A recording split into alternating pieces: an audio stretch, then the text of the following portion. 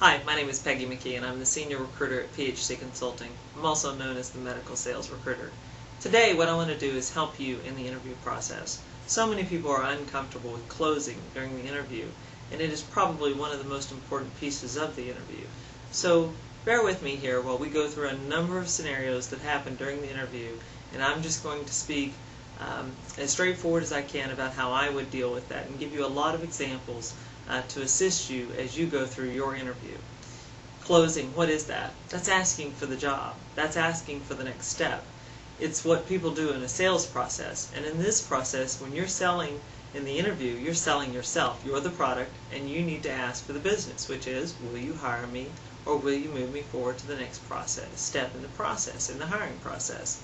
If you can believe it, I have had sales candidates actually interview and then fail to close in the sales interview. And if you don't close in an interview and you're applying for a sales position, guess what? You just don't get it. Because the client company or the hiring employer feels that if you aren't convicted enough to close for your own personal self-interest, which is the job for you, then you won't be convicted enough to close for their products. And they're probably right. So here's the plan. When you get into the interview, when you get to the later stages of the interview, after you've discussed your skill sets and the job and what the hiring manager is looking for and what you have and answered all those questions, and you come to that point where it's kind of uncomfortable at the end, this is when you need to say, not directly like this, but, hey, can I have the job? Alright, so how do you do this? And you need to do this for any job. So you say, Mr. Employer, I have to tell you, you start with the positive. I very much appreciate your time today. I've learned a lot about your organization, and I can't tell you how excited I am about ABC job. I see my skill sets being a natural fit for this position, and I'm so excited to get to speak with you about it today. Now, based on the conversation that we've had, I'm ready to move forward. Do you see me being a productive member of your team? And then be very quiet and wait to hear what they say. Okay, so if that one doesn't work, there's other ways you can come around this. What will be the next step for me? So it's the assumptive close, that you are moving forward in the process. Instead of saying, what will the training be for the person that you hire? How will you train me? What's the typical training process? How quickly do most people get through the process, and when does the first close happen?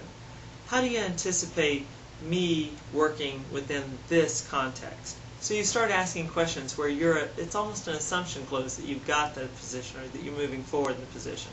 And then, if you feel pushback from the manager, well, I've got a lot of other candidates to interview. Once we get finished with that, we'll sit down, look at all the candidates, and make the decision about who will move forward.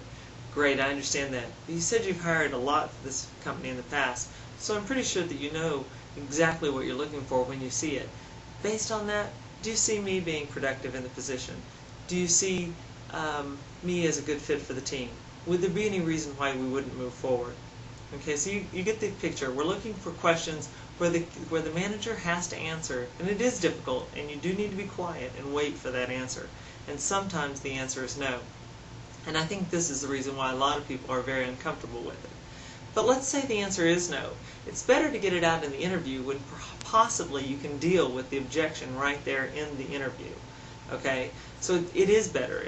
Maybe it'll feel better to you to get the no later, but I'm assuming that you want the job. So if you want the job, you need to get the no out in the interview, and that way they can say, well, I'm just not sure, I'm uncomfortable with your experience in capital sales. In the past you've sold a consumable. This is a very different process. Great.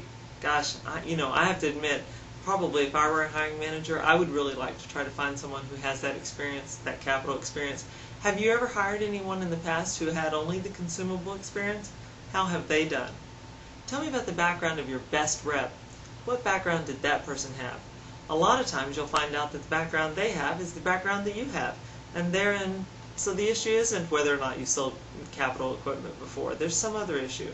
So basically you have hired people in the past who had experience selling, and their experience was in consumables, and although your product is capital, you have hired them and you've been able to make that transfer very successfully, yes? Yes. Well, Mr. Hiring Manager, let me tell you, I have never failed. I don't intend to start now. So I promise you, given the training that you've described, and my own efforts, because I will train myself on my own to be the best that I can be at this job, I guarantee you'll see that I'll be able to succeed in this position as it is as well. Now, the difficult candidate, difficulties that some candidates see are when they're interviewing with the hiring manager's other people on their interview panel. So you may have, maybe you're interviewing for a position that reports to the sales manager, but he's got you interviewing with the marketing director or the technical support person or maybe his VP. And you get to the end and you say, based on the discussion now, would you recommend to Jack that he move me forward in the process? And they might say, well, I got to be honest with you, Jack has all the authority in this hire. Basically, he's just had me interview you to give you a little more insight into the company. I understand that, and I do appreciate that, but I know that Jack values your opinion. He's told me so, and so I know that when I leave here today, he's going to ask you, would you hire Peggy or not? And my question is, can I count on you for a thumbs up? Okay. Now, a lot of candidates are concerned, well, what if, because you're going to be pushing that manager into a decision right then and there, and the candidate might be, well, God, what if I'm pushing him into thinking no? What if he goes in that direction? Well, it's better to get that hiring or that interviewer further down the road into his decision now so that you can help shape it or mold it to where you want it to go than to wait and let that decision be made after you leave. Okay? So it's better to say, can I count on you for a thumbs up? Well, I really don't have any say. Okay, let's say that you have no say at all in the hiring, in this hire, and that Jack really doesn't care what you think. But if he were to ask you, even though he doesn't care, if he were to ask you what your opinion would be, could I count on you for a thumbs up to move to the next step? Be quiet and wait. Managers know that this is very difficult. This line of questioning is very difficult, and it takes a lot of courage, and it takes skill sets, and it takes a lot of practice to do it well. You need to practice on your dog, your cat, your wife, your daughter, your sister, your cousin, your friend, until you're comfortable asking the questions that will close the interviewer and make them come to the decision, yes or no, as to whether they're going to move forward with you. And if it's no, then ask directly. If you're not going to move forward with me, may I ask why?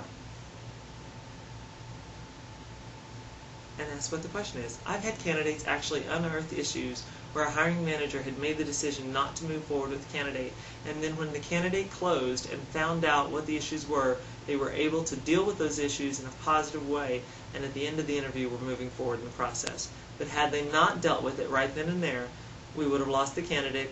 He'd have had no shot at the job. So the other thing you can do to find out how you're doing the interview is ask for advice. If I'm moving forward in the process, what advice would you give me? If I get this job, what advice would you give me? What would you tell me to do that would help me be successful in this position? If you find that they're giving you advice, those are buying signals. That's good. We want to continue with that. When will I hear from you? What could I do to help you feel more comfortable with moving forward with me as a candidate? Can we set a time? I understand. So let's say that it's negative and you aren't able to turn around. Then ask the question, I would like to think about what we've talked about today and what you've said that you're concerned about, and I'd like to schedule a follow-up time for us to talk. And I know it's difficult getting together again like we are here today, but can we schedule a time maybe in 2 or 3 days where we could go over this again after I've thought about it for a little bit and perhaps you've interviewed some other candidates as well? Managers will really be impressed by this because now they may not give it to you, and if you're a definite no, they probably won't. Okay? But if you are on the fence and you are able to gain agreement to another conversation in a day or two where you've had time to do some homework and come to that conversation with some additional information, it will impress a hiring manager because it shows that you know how to use resources and time and scheduling to achieve the goals that you've set. Okay? So these closing statements are so powerful, and although we're talking about interviewing here, they really apply across the board in sales processes, in project management meetings, in strategy, all of these things. These closing statements help solidify positions and help you be able to position yourself in the best possible light. So I hope this has been helpful. I know it's been long, but the closing piece of the interview is very, very important. If you'd like to learn more about interviewing, check out our blog, www.phcconsulting.com/WordPress. And if you're the kind of candidate, a sales candidate, who knows how to close in the interview and has these skill sets, please go to my website, www.phcconsulting.com, send me your resume, we want to get to know you.